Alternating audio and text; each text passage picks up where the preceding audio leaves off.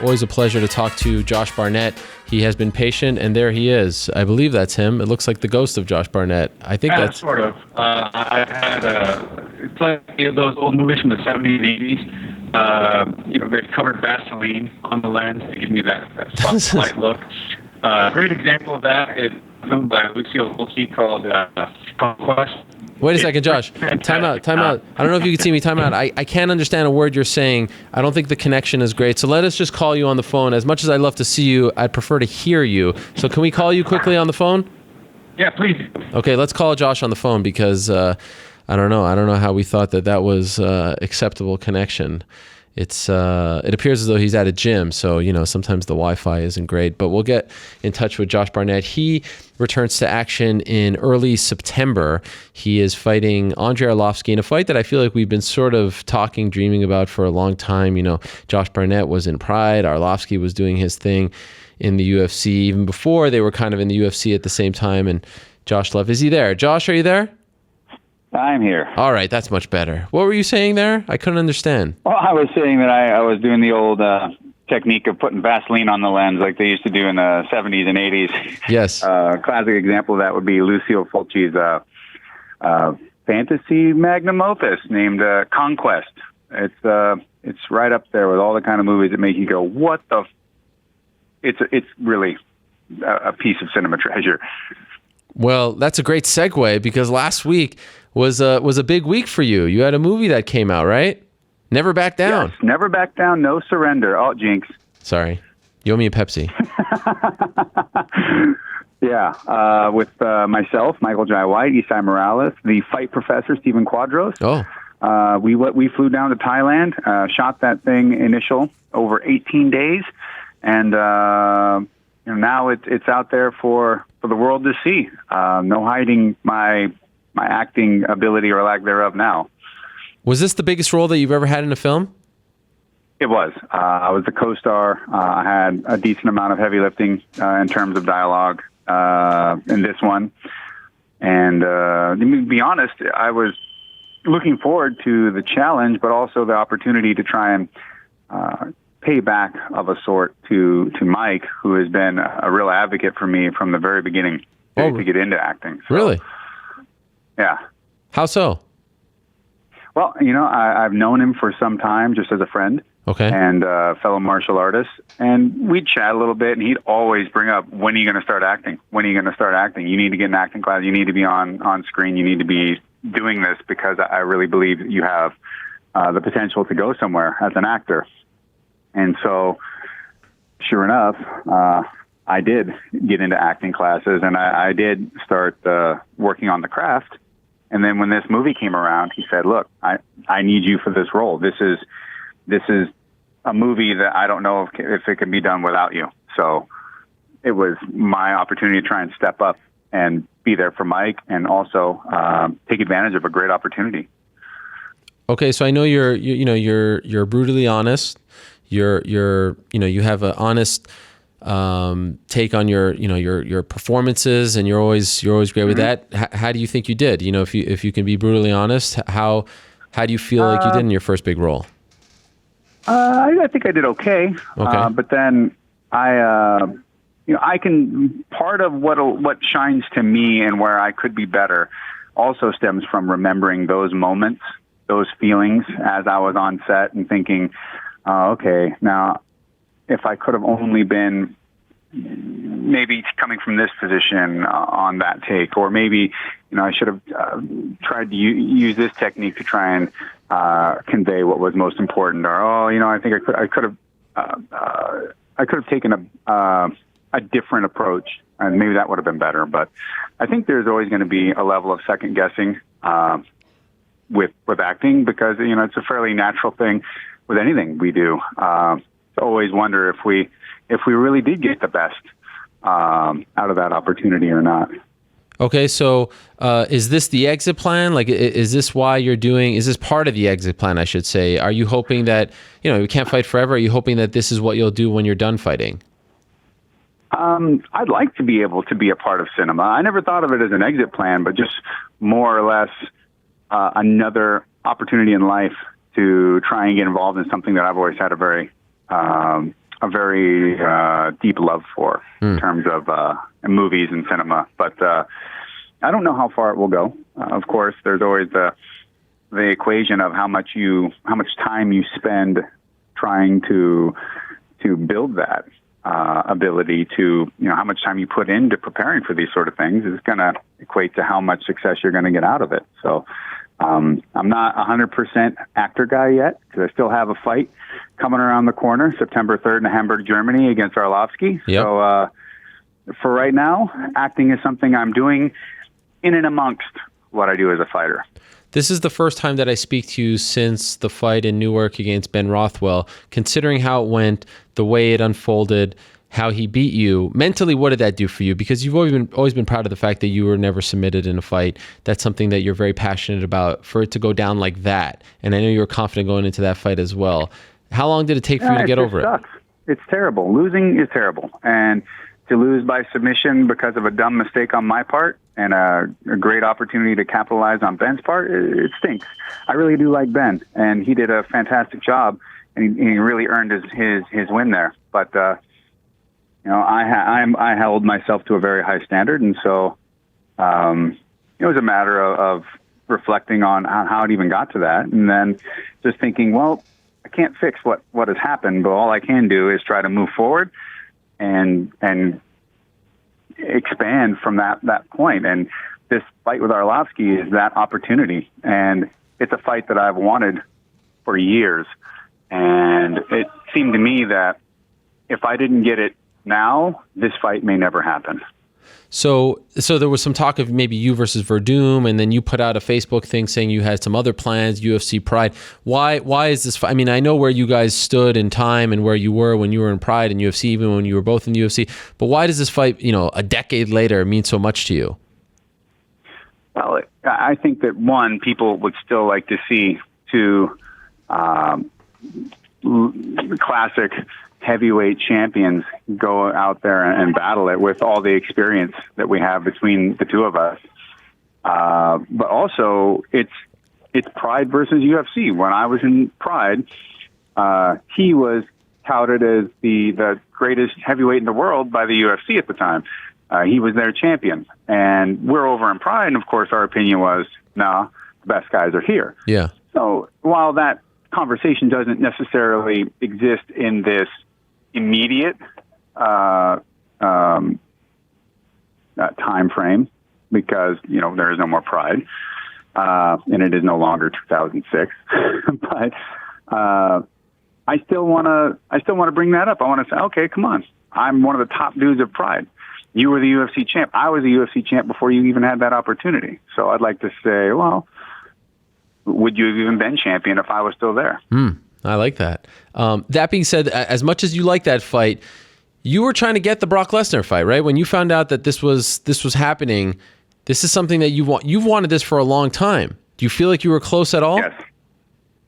I really couldn't say. Okay. I don't know how the internal workings are. I know that I didn't get thrown out of the arena, at least, but I'm sure that they already had their plans prior to me ever saying anything, or even prior to the announcement that was made by Deep Throat Helwani. So I would love to have thought that I was potentially in the running, but maybe we'll never know. But I did really want that fight. I wanted it because he's a professional wrestler, so am I. I wanted it because after 5 fights, they tried to say he was the number 1 heavyweight in the world, which I felt was insulting to all of us. Not that he wasn't talented, not that didn't have the potential to be far better than he ever was able to really show out there, with such a young career. But it just felt like utter and absolute propaganda, and it was upsetting that there were media outlets that were supposed to be top of the pops that bought it. Yeah. And so, all right. And then there's, also the fact that he had an open invitation to come to CSW and train with us all the time in between fights and to prepare and grow as a fighter, and never took us up on it. Never came out, never really seemed to spend the time in between his fights to become a much better fighter. And I felt like, well, that was part of the reason why his last couple fights went the way they did. And so I don't know what he's done from then until now, but being out of it as long as he has, I don't think he's going to be stepping back in the cage a better fighter than he was when he left. The knock on him has been that he doesn't like to get hit, and he's fighting someone who hits really, really, really hard. Do you think he has a chance? Of course he has a chance. He's a tank. He's got an incredible wrestling background. He's a great physical specimen. He's no dummy. Brock is a smart guy. And I still think that he is a massive wealth of untapped potential. It's just that it's just that it has not been tapped. It has not been approached the right way. I would be surprised if his prep leading into this is really what, as myself, hell, I'm at the gym right now training my fighters that all have matches coming up. And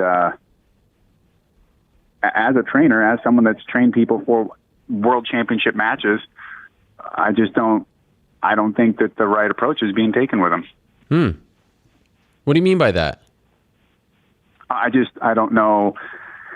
If he doesn't like to get hit, that's one thing, but you can work your way around that to a degree. You can at least even try to condition him to get more used to the idea of it with the right kind of drills and the right kind of setups. But at the same time, you need to make sure that guy can go in there, and when everything is as tumultuous as it is in that cage, when the fire is on, he can go through it and not get burnt. Right. Did you hear this story about this exemption with USADA that someone who was in the USADA era, if you retire, you need to then give them 4 months testing all this stuff to then get back in it. But because he was fighting pre-USADA, he doesn't have to give him the 4-month heads up, and he could just come in a month, before his fight and not have to go through all of that. This has pissed off a lot of people. Do you have any take on it? Oh, well, I can see why they'd be pissed.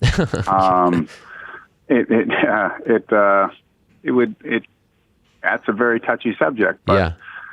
I haven't really been paying that close attention to it, other than just focusing on what I have to do and making sure I file my quarterlies and all that kind of stuff so that I don't have any issue with them in any way. But, if he's getting some sort of a golden ticket, I mean, that's kind of unfortunate. I would think that USADA would not have the sort of rule set where they could make it flexible, defined on the individual and not on the program. But, my goal is to go out there and finish Arlovski. And other than that's what I can control. Where do you view yourself now in the division? After the Rothwell fight, there's all kinds of craziness. Miocic is champion. Kane is coming back. I know, I remember you talking very much going into the Travis Brown fight that you thought maybe that you were one fight away from fighting for the belt. At 38, do you feel like that's still possible? This division is so wacky, probably the wackiest division in the UFC, because you can never predict what's going to happen. Do you still feel like you have that title run in you, or are you just looking for now fun fights, these fights like Arlovski that you've wanted for a long time? How are you viewing your career at this point? The way I see it, if it's wacky now, I can only get wackier. I plan to come to the ring with a whole Groucho Marx get up, being followed by, I don't know, a whole cadre of little people that will form a giant Voltron, so to speak. Yes. As my corner man. So if you thought it was wacky now, just give me a minute. I'll figure out a way to make it wackier. Please. Whoopee cushions everywhere. Just make sure that it's whatever those guys are wearing, the whoopee cushions, that there's at least a Reebok logo on those things, because I don't want to piss anyone off. No, you see, that's the great thing about it, is that it's just way more advertising space. Sure. Tons of Reebok logos everywhere. The more the merrier. Right. Reebok branded whoopee cushions, I'm on it. No, don't worry about it. I've got the little beanies with the spinner on top. Okay, so... But I'll tell you what, yes. If you stick me in the ring with anyone holding a belt anywhere in the world, I can beat them. Absolutely. I've proven myself far beyond even what I've done here in this iteration of my UFC run. I've been there. I've done that. I've fought the best in the world time in and time out. So I don't need to prove whether or not if I can win a couple fights, whether to show that I'm deserving of anything. I'm deserving of a title shot in any organization anywhere in the world tomorrow, period. Yes. So, anytime the UFC wants me to go after their belt, just give me a call. I'll go out there and I'll give my damnedest and I'll go after whoever is the champ at the moment. You know what I mean? I don't care who that is. I love it. Still as confident as ever. Still the War Master. Great stuff. So you got Never Back Down, No Surrender. Mm-hmm. I believe this Friday you'll be co-hosting Inside MMA on Access TV. Is that accurate? Yes, it is. It'll be the second time I have co-hosted Inside MMA before, except this time with their new setup, I need to make sure to wear a full suit. You can't get away with just the top at this point. you gotta be head to toe. Yes, that's important. But it'll be great to sit in there with Boss and roll with the punches and call the action there from all around the world of mixed martial arts. Look at you, a real Renaissance man when it comes to all things media, acting, hosting, color analyst for the New Japan Pro Wrestling. I mean, really, fighting still, a Renaissance man. I think that's the best way to describe you. I even have the puffy shirts. You should come out with those as well. Slap a Reebok logo on those bad boys. Reebok branded pirate shirts for sure. Amazing. And tri-corner hats. And Colleen, does she have a fight coming up? Not at the moment, to my knowledge, but Okay. I've got Shohei Yamamoto is going to be fighting here July 25th for Lights Out Promotions locally.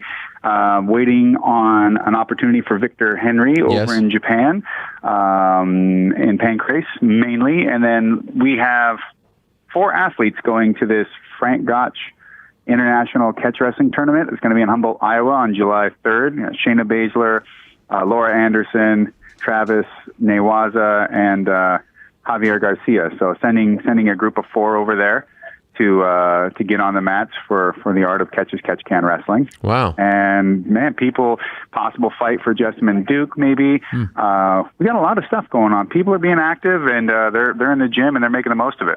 I love it. Josh, a pleasure as always. Thank you very much for stopping by. Congrats on the new movie. Congrats on everything that's going on. And of course, good luck. September 3rd, Hamburg, Germany, the much anticipated, long discussed fight against Andrei Arlovski. Looking forward to that as well, my man. Thank you. Cheers. Bye-bye. Thank you, man. Good to talk to you. Good to talk to you as always. There he is, Josh Barnett, stopping by, the War Master. Good to talk to him. It has been a long time since I've spoken to him on this show, and of course, the last time he was in action was against Ben Rothwell. Good to see that he is in good spirits, back on track, feeling good, talking up a good game, and doing a lot of great things outside of the cage.